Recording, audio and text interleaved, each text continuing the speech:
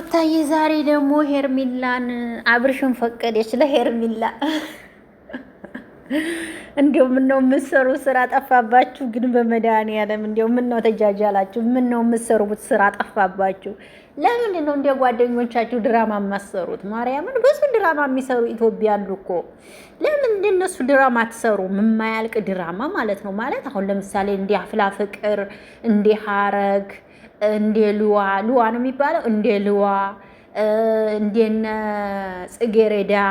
ሌላ ደግሞ ምን አለ ደግሞ ብዙ ፊልሞች አሉ ዩቲዩብ ላይ ማለት ነው። ኢትዮጵያ ላይ ሆነው የሚሰሩ ጥንዶች ምርጦች። ለምን እንደነሱ አይነት ፊልም አትሰሩም? ዛሬም ነገ ዛሬ ደግሞ እኔን ተውና ለሱ አሁን ምናምን ነገር የእናንተ ፊልም ይሄ ነው እንዴ? ለወደፊት የምታስመዘግቡት ፊልም አትሰሩም እንዴ? ይልቅንስ ማለት ነው እናንተ ዛሬ ከፍቅር ጋር ሆነ ነገ ደግሞ ከሷ ጋር ሆነ ምናምን እንደዚህ እያላችሁ መሰሩ። ሰላም ጤና ይስጥልኝ። ውድና የተከበራችሁ የአቢ ቤተሰቦች እንዴት ናችሁ? ደህና ናችሁ? አለሁላችሁ። ደህና ነኝ እግዚአብሔር ይመስገን። በያላችሁበት ዓለም ዳርቻ ሁሉ ሰላማችሁ ይብዛ። ለዚህ ቤት አዲስ ከሆናችሁ ቤተሰብ ሁኑ። አብራችሁ ላላችሁ አመሰግናለሁ። ሩታዬ ዛሬ ደግሞ ሄርሜላ ለአብርሽ እያስረከበች ነው።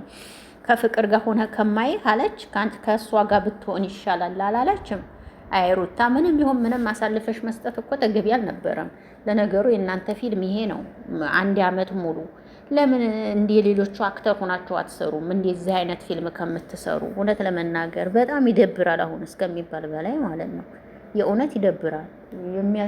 ደስ የሚል ነገር ነው ብላችሁ ከሆነ አስባችሁ ከሆነ የሚነግራችሁ ሰው አታችኋል ማለት ብዬ ነው የማስበው እንጂ ይሄ ምንም ደስ የሚል ነገር የለውም። ዛሬ ደግሞ ከእሷ ጋር ከምትሆን ከእሷ ጋር ሁን ምን አላት? እሷንም እንዲያንቺሽ ነገር ቀመር አስለመርሻት ያላት አያችሁ አይደለ?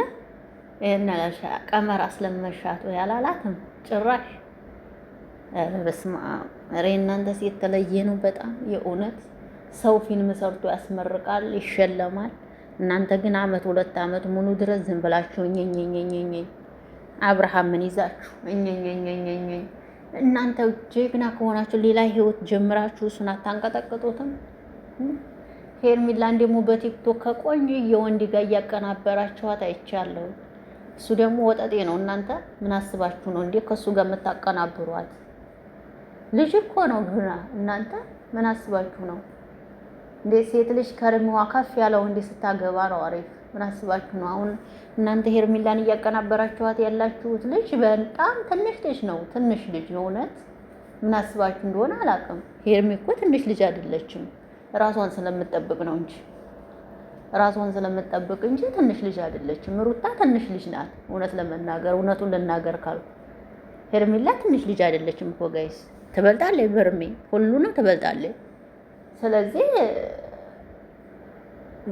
አንዴ ከቢኒ ጋር ታቀናብሯት አላችሁ፣ አንዴ ደግሞ ከሆነ ልጅ ጋር ታቀናብሯት አላችሁ። እንደው ቲክቶከሮች እንደው ምን ይሻላችኋል? እንደው እናንተ ግን እንደው ምን ይሻላችኋል? እንደው ምን ይሻላችኋል? እንደው ምን ይሻላችኋል?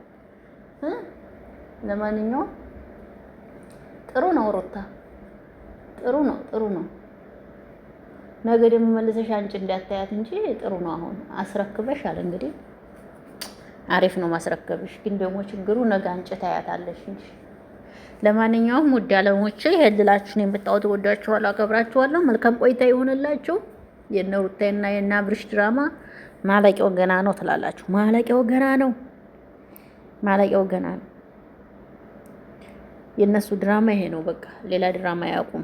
አክተር ለነገሩ ሩታ እኮ ግን ተዋናይ ብትሆን ትችል ነበረ። ግን እንትና አትገባበትም ይመስለኛል እንጂ ብትገባበት የምትችል ልጅ ነው የምትመስለኝ ሩታ ድራማ